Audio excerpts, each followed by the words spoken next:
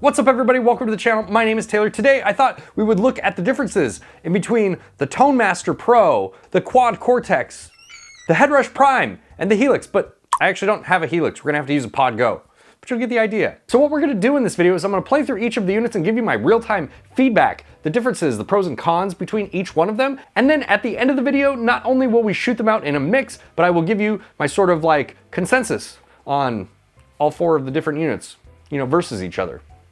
Okay, let me explain how everything is hooked up real quick so everyone kind of knows what's going on here. I am playing my Deviant Guitars Grim War. It has an EMG 81X in the bridge, 85X in the neck. We are plugged into the Quad Cortex or whatever modeler happens to be up here on the stand. And that is going into the Seymour Duncan power stage, powering this Bogner 𝗬𝗓𝗏 mic'd up with an SM57, no post-processing, nothing weird like that. The reason that I chose the Seymour Duncan power stage is because it's a very clean, transparent power amp. And I wanted to do that. I didn't want to color anything. I want to get like a very clean signal from each one of these. But the reason that I'm running it through an actual cabinet is because I just think they all sound better going through an actual cabinet. You know what I mean? Most people are going to load their own IRs anyways. So there's always like that variable of like, oh, the internal cabs on this one suck, but they're good on this one. It's like, eh. If you don't have any impulse responses and you need some, there are some for free available in my Discord. There's a link for that down in the description below. And before we get started here, if you are in the market for a modeler or any gear and you use my Sweetwater affiliate code down in the description below, you will be helping keep the lights on and the cameras running in the studio, and you will have my eternal gratitude. So thank you for that. We're gonna be comparing the dual rectifiers on all of these units. I guess this is technically a Rank That Recto. I haven't done one of those in a long time. That is the only thing we have loaded up in this chain here. This is what it sounds like.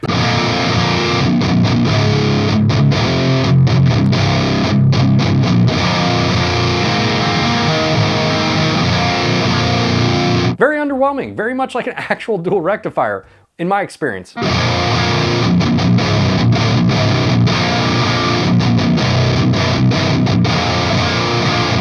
dial it in a little bit.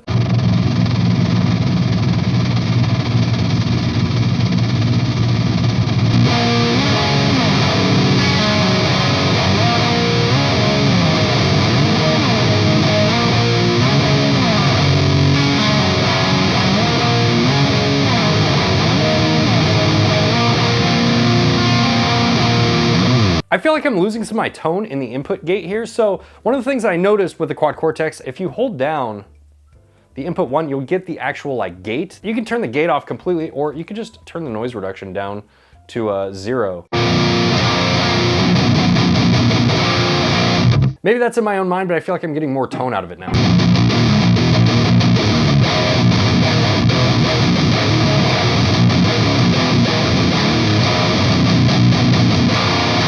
And you'll notice with this amplifier, and it's very true with an actual dual rectifier as well, the more you dig in, the more aggressive it gets.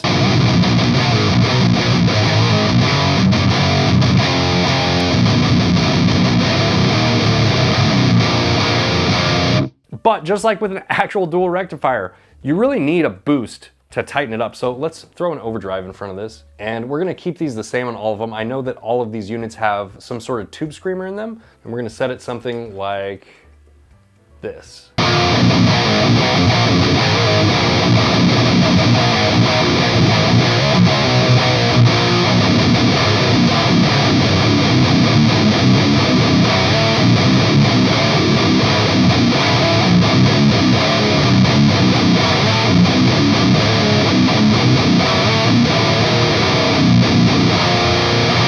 It's much tightened up now. Let's go back to the actual amp here.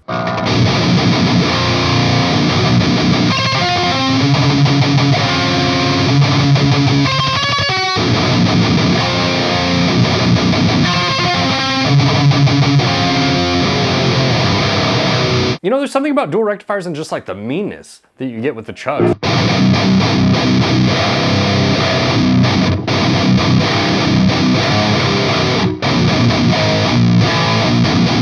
All right, now that we've heard the dual rectifier sounds out of the Quad Cortex, let's hook up the Fender Tone Master Pro.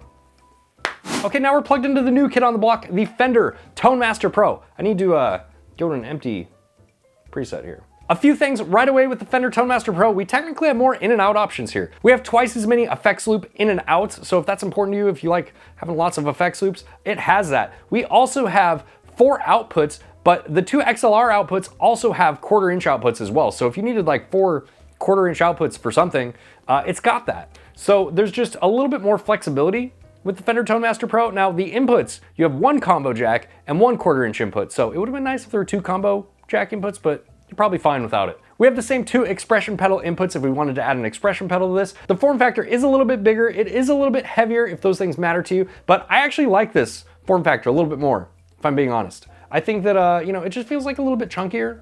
I'm not worried as much about like if I was taking this on stage and stepping on it. With Quad Cortex, I feel like a protector is like super necessary for it, but with the Fender Tone Master Pro, it doesn't feel as important. Now, obviously with the Fender Tone Master Pro, we don't have as many options with this. There's no capturing, there's not as many amp options. I also like the user interface a little bit more on this. We have the same knobs here for dialing things in, but I like the interface, you know, it looks nice. Looks like what I would want it to look like.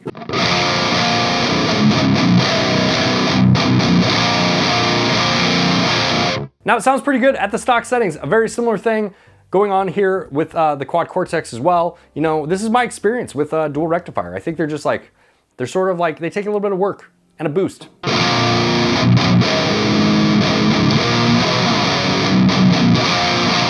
Now the stock values on the Tone Master Pro are not all at noon. You can see it's a little bit dialed in there, but let's tweak it a little bit.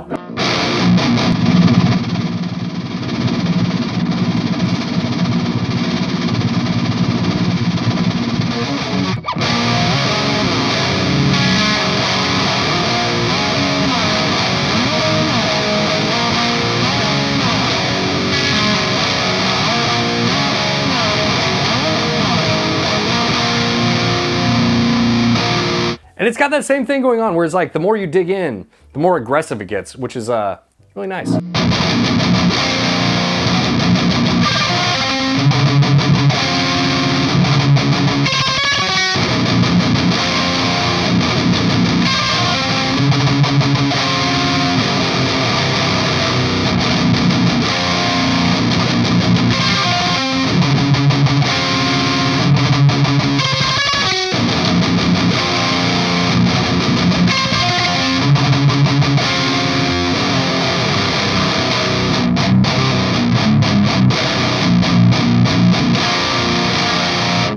Okay, let's throw a boost in front of it.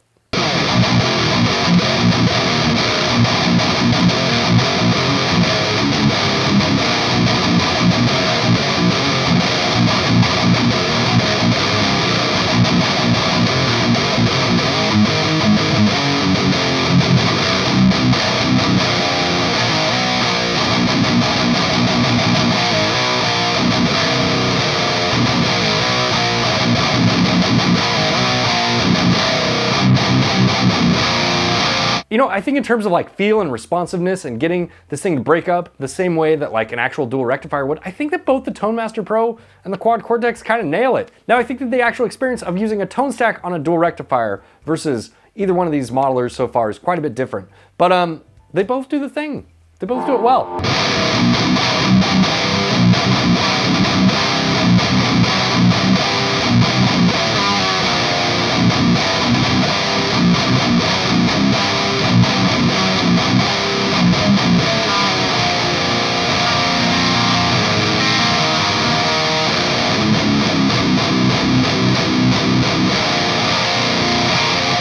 All right, now that we've heard the dual rectifier on the Quad Cortex, let's listen to the dual rectifier on the Headrush Prime. Okay, now we're on to the Headrush Prime, a much larger board. They do have the Headrush Prime core, and I don't know too much about it other than it was released. With the Headrush Prime, we have less in and out options. There's only one effects loop. We only have output left and right. Now we do have both 1/4 inch outputs and XLR outputs, but they're only stereo. It only goes left and right. But at least it plugs in with an IEC cable and not like its own power supply. It's annoying. I do like the user interface on the Headrush Prime, by the way. Okay, now we're gonna go with one of the Headrush amps. Now we have the same options here that we had with the Quad Cortex. We have the raw, modern, and vintage, so we'll just go.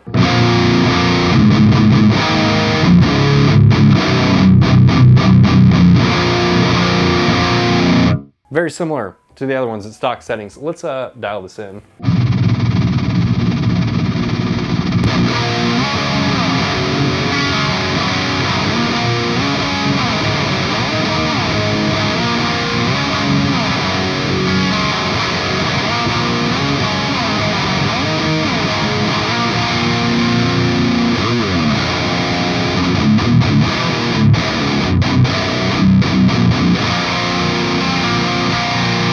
Very loose, very sort of the things that we have going on with most of the dual rectifiers here. Let's add a boost in front of it, something like that.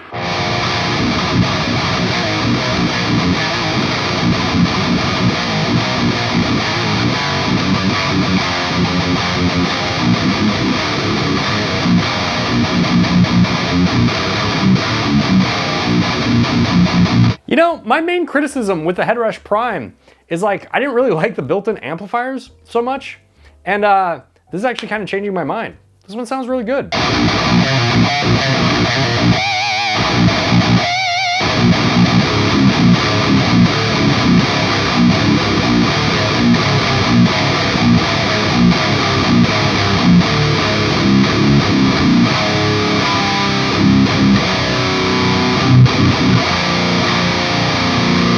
I'm really surprised, I think mostly just because like I'd kind of written off the internal amps in the Headrush Prime. I don't know, I guess I tried like the 𝗬𝗶𝗹 and the 5150 and they were so like kind of off the mark for those amplifiers that I just didn't vibe with it so much, but this one sounds really good.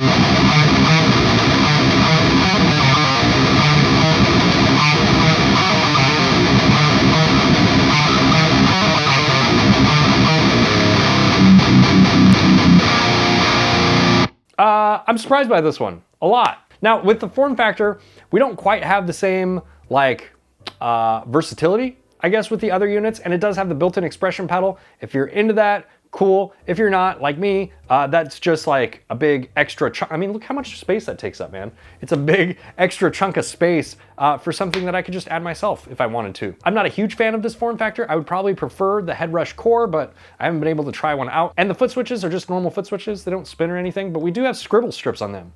So that is a plus, as opposed to the Quad Cortex, which just has the lights. The Fender Tone Master Pro and the Headrush Prime do have these scribble strips, which really comes in handy when you're using it on the floor and you need to know which button does what thing.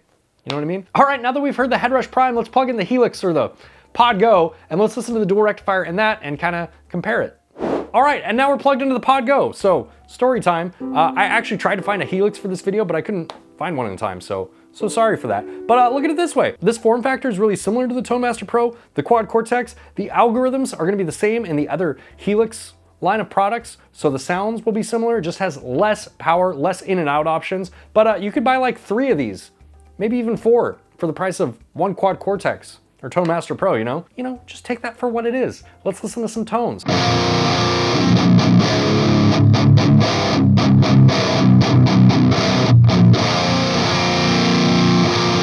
It sounds quite a bit different. It's very like flat, I guess, sounding. But let's dial it a little bit.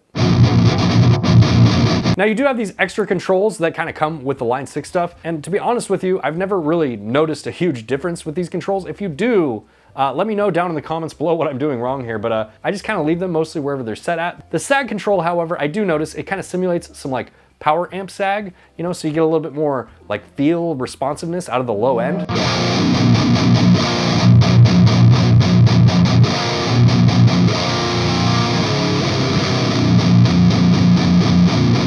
We can also change the bias here if we want. I'm gonna leave those at their stock values.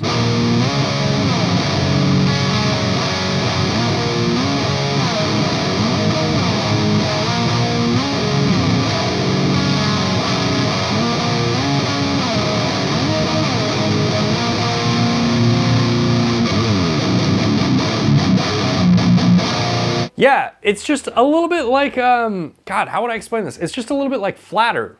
Like it's a little bit less dimensional, I guess. My camera just died.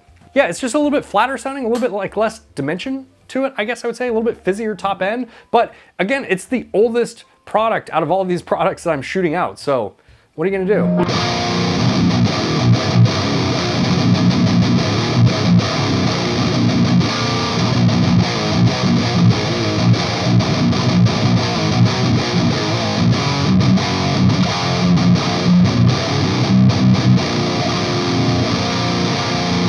Let's add in a boost over here. Okay, now we have our boost on.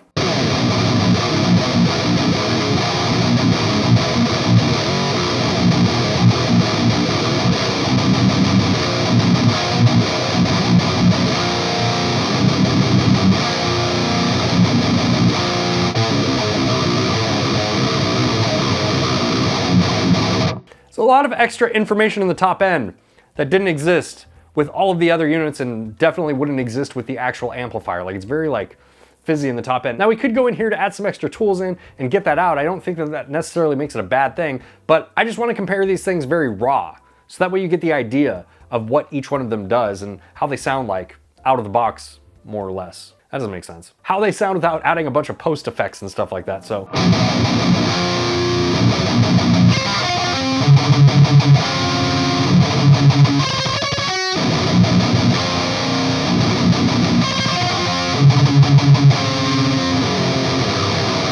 Definitely the most unnatural sounding out of all of them so far, which is a big surprise too, because I remember when this came out and it being like, whoa, this thing sounds really good. And it just kind of gives you some perspective, or at least it's giving me perspective right now, like how far modeling has really come, because both the Tone Master Pro and the Quad Cortex and even the Headrush Prime just sound quite a bit different than this.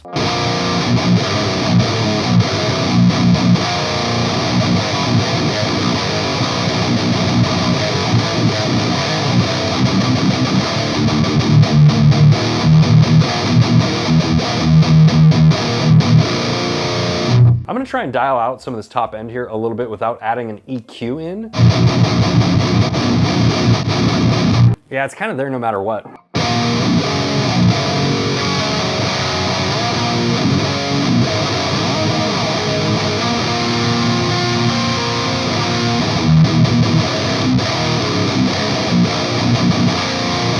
Now I want to be clear that this doesn't mean it sounds bad, it just sounds different. It does sound like an almost 10-year-old modeler at this point, you know? I think the Line 6 Helix came out in like 2015 or something. Correct me if I'm wrong, so, you know, we're fast approaching like 9 years that it's been out. Okay, now that we've heard what the Pod Go sounds like, let's throw a curveball here. Let's plug in my Axefx, which is in this rack unit back here.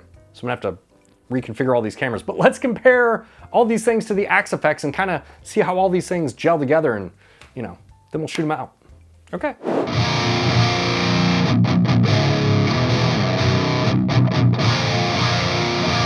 Okay, now we have the last one, the Axefx. I have the Recto 2 Red Modern loaded up. Pretty sure this is gonna be similar to everything else we've tried so far. This is the stock settings.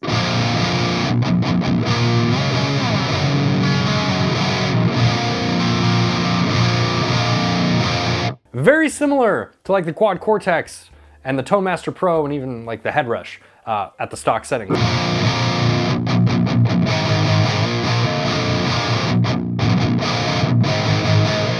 Okay, let's dial this one in a little bit here.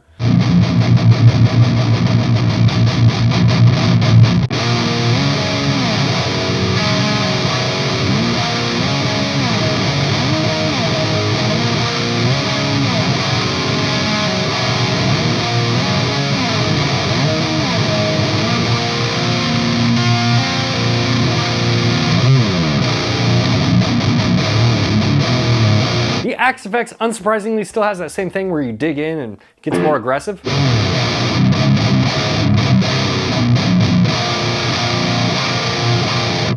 But let's throw a boost in front of it and see if we can get it kind of like over the edge like we did with the others.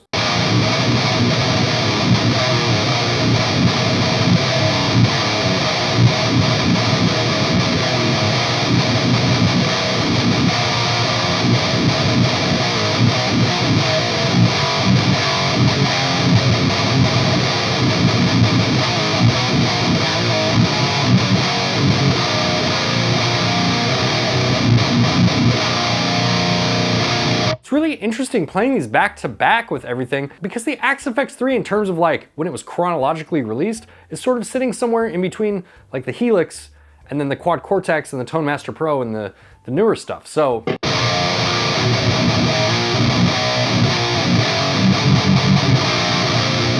I'm very interested to edit this video and hear them all like back to back and sort of hear what the differences are, because I feel like playing it, it sounds really good, but I don't know how much different it sounds or how much of an edge it really has over the Tone Master Pro or the Quad Cortex. And with all of them so far, in terms of like the responsiveness and the feel and like really digging in and getting a lot of aggression out of the amplifier, I think the Tone Master Pro is sort of edging all of them. I think.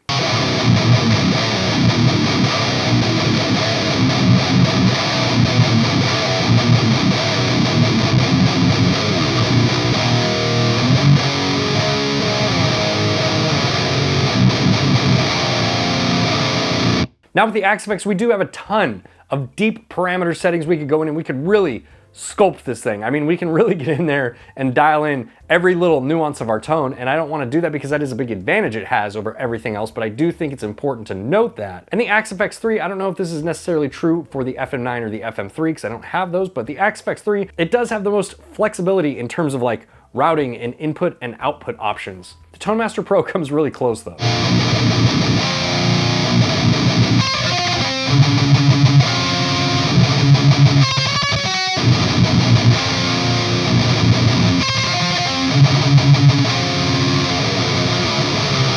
Man, it's really hard to say after playing all these things back to back which one sounds the best, feels the best. If I had to choose just one, I don't know, I'm kind of at a loss here. I think the cool thing about the Axefx, I mean, it is the most expensive out of all of these, but there's a good reason for that. It has the most deep dive parameters. I'm assuming it has the most horsepower out of anything because I've never really been able to max out the CPU on the Axefx, and I have on all the other units. So there's that as well. But in terms of the raw tone that I'm getting out of it right now, it sounds kind of polished a little bit. And I don't mean that in a bad way. I mean that in a good way. Okay, let's hear these things back to back, and then I'm gonna edit this video after listening to them through studio monitors, and then I can sort of give you my overall opinion on all of them, having played through all of them back to back and listen to the same thing that you listen to. Okay, let's do it.